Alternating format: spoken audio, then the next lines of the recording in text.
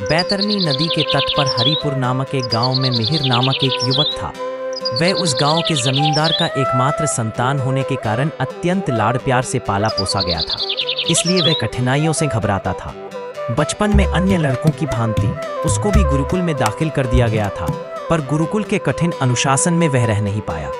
विद्याभ्यास करने का कष्ट भी उठा नहीं पाया और भाग आया, इसलिए वह ठीक से शिक्षित भी नहीं हो सका। जमीन जायदाद की कोई कमी न थी, इसलिए माता पिता ने भी उसकी पढ़ाई पर विशेष जोर नहीं दिया। उन्होंने सोचा कि भविष्य में जब मिहिर को विद्या का मोल पता चलेगा और आवश्यकता होगी, तब वह विद्या प्राप्त कर लेगा और उसे निर्णय लेने की पूर्ण स्वतंत्रता दे दी। समय बीतता गया। धीरे धीरे मिहिर शहरी जीवन के प्रति आकर्षित हुआ। उसको लगने लगा कि गांव में जीवन बेकार है। उसका मन शहरी जीवन के लिए ललचाने लगा।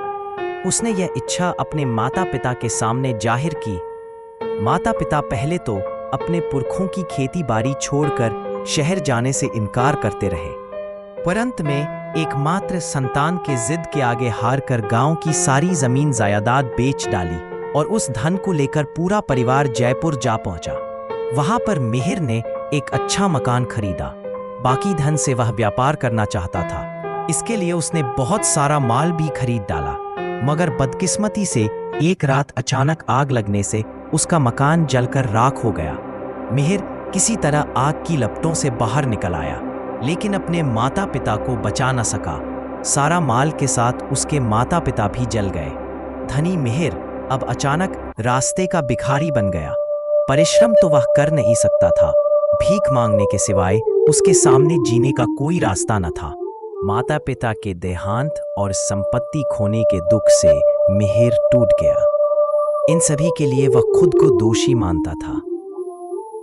ऐसे भी भीख मांगकर वह जीना नहीं चाहता था, इसलिए उसने नदी में कूदकर खुदकुशी करने का विचार किया। इस विचार से एक दिन आधी रात को वह बैतरनी नदी के किनारे चला गया। मिहिर नदी में कूदने ही वाला था कि उस अंधेरे में उसे एक आवाज सुनाई दी।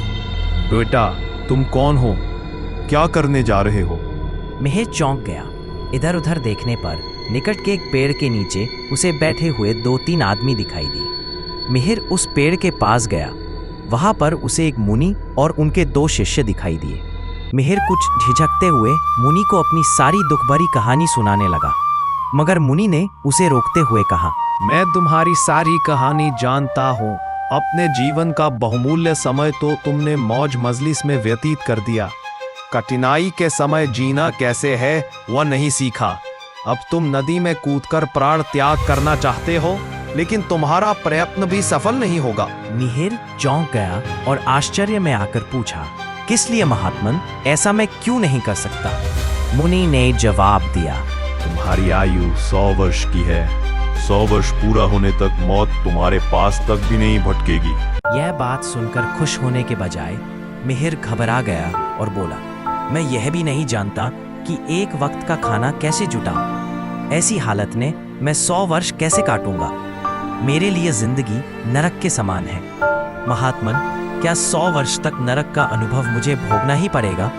मुनि जी को मिहिर की हालत पर दया आ गई। उन्होंने थोड़ी देर तक सोचकर कहा, क्या तुम धन के बिना जी नहीं सकते? यदि तुम धन के ही कामना करते हो तो मैं तुम्हें धन कमाने का उपाय बता देता हूँ।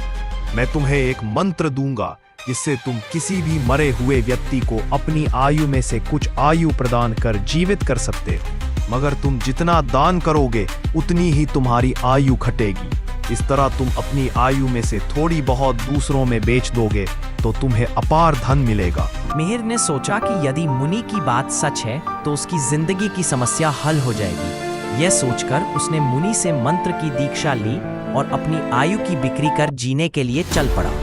सवेरे तक मिहिर एक गांव में पहुंचा।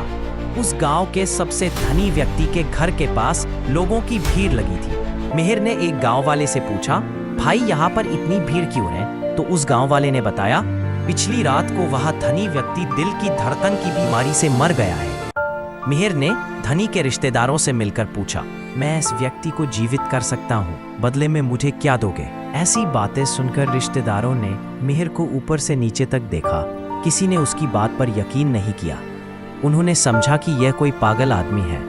मिहिर समझ गया कि वे लोग क्या सोच रहे हैं। उसने फिर से अपनी बातें आत्मविश्वास से भरे स्वर में दोहराई। मैं अगर धनी को जिंदा नहीं कर पाया तो तुम लोगों का कोई नुकसान न होगा। यदि जिंदा कर दूं तो मुझे क्या दोगे, बतला दो। मिहिर के आत्मविश्वास को देखकर धनी के रिश्तेदारों ने कहा, अगर तुम इनको जीवित कर दोगे तो तुम्हें 1 लाख स्वर्ण मुद्राएं देंगे। मिहिर ने हाथ पैर धोए, एक बर्तन में पानी लाकर लाश के निकट बैठ गया। मंत्र पढ़कर मृत व्यक्ति को अपनी आयु में से 1 वर्ष की आयु दान कर दी। उसके हाथ से पानी के गिरते ही लाश हिल उठी। थोड़ी ही देर में वह धनी स्वस्थ व्यक्ति की भांति उठ बैठा। धनी के रिश्तेदारों को खुशी का ठिकाना न रहा। मिहिर को उन लोगों ने न केवल 1 लाख स्वर्ण मुद्राएं ही दी, बल्कि वस्त्र, वाहन आदि देकर उसकी पूजा की। धन लेकर मिहिर नगर लौट आया। इस घटना के बाद मिहिर का यश जल्द ही चारों तरफ फैल गया।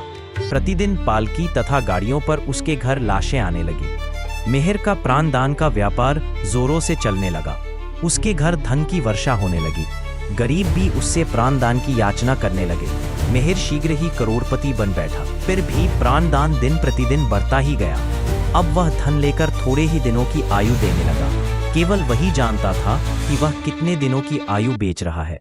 बाकी लोग सिर्फ यही जानते थे कि मरे हुए व्यक्ति जीवित हो रहे हैं। अब मिहिर करोड़पति था, धन की कोई कमी न थी, तो उसने एक योग्य कन्या से विवाह किया और आनंद से जीवन व्यतीत करने लगा। लेकिन नियति को कुछ अलग ही मंजूर था। शादी के थोड़े ही दिन बाद उसकी पत्नी का देहांत हो गया। मिहिर बहुत रोया, पर अपनी आयु देकर पत्नी को जिंदा नहीं किया। उसने शास्त्र विधि से अपनी पत्नी की अंत्येष्टि क्रियाएं की और दहन संस्कार कर घर लौट आया। सबको इस बात का आश्चर्य होने लगा कि अन्य लोगों को जीवित करने वाला मिहिर अपनी पत्नी को ही जीवित नहीं कर सका। सबने यही सोचा कि शायद अब उसकी शक्तियां जा चुकी हैं। इसके बाद जो भी मिहिर के पास शव ले आता, तब उसके निकट रहने वाले लोग शव लाने वालों से कहते, अरे मिहिर बेचारा खुद अपनी पत्नी को जीवित कर नहीं सका, उसे तुम लोग क्यों परेशान कर रहे हो। ये बातें कहकर उन लोगों को भगा देते थे। धीरे धीरे मिहिर के पास शवों को लाना बंद हो गया। यह सारी बातें घूमते घूमते मुनि जी के पास भी पहुंच गई। मुनि जी के शिष्य ने पूछा, गुरुजी, मेरा एक संदेह है। मिहिर ने अनेक लोगों को जिंदा किया, मगर अपनी पत्नी को क्यों जिंदा नहीं किया?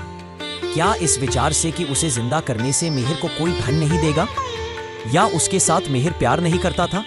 उसे मरने देकर मिहिर ने अपना नाम तथा प्रतिष्ठा क्यों खो दी? इस पर मुनि जी ने मुस्कुराकर उत्तर दिया, इसमें न समझने वाली बात क्या है।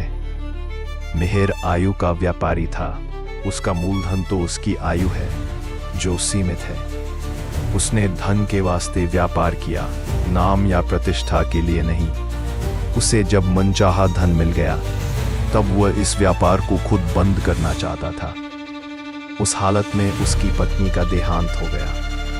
पत्नी के प्रति प्रेम रखते हुए भी वह प्राणदान नहीं कर सकता था, क्योंकि पत्नी को वह कम आयु तो दे नहीं सकता था। ज्यादा देता तो खुद की आयु कम हो जाती।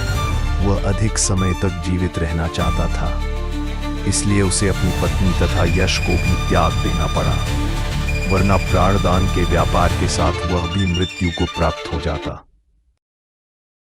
यह कहानी हमें सिखाती है कि धन से बढ़कर आयु और समय अनमोल है। जीवन में प्रेम और संबंध पैसे से कहीं अधिक मूल्यवान होते हैं। यदि इंसान केवल धन के पीछे भागेगा तो अंततः उसे अकेलापन और पछतावा ही मिलेगा।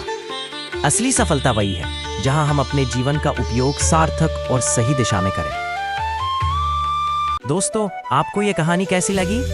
क्या मिहिर ने सही किया या गलत? आपकी राय हमें कमेंट पे जरूर बताइए। अगर आपको यह कहानी पसंद आई हो तो वीडियो को लाइक, शेयर और सब्सक्राइब करना ना भूलें। हम हर हफ्ते आपके लिए ऐसी ही रोचक और प्रेरक कहानियां लाते हैं। अगली कहानी तक मुस्कुराते रहिए, सीखते रहिए और जीवन को सकारात्मक दृष्टिकोण से देखते रहिए।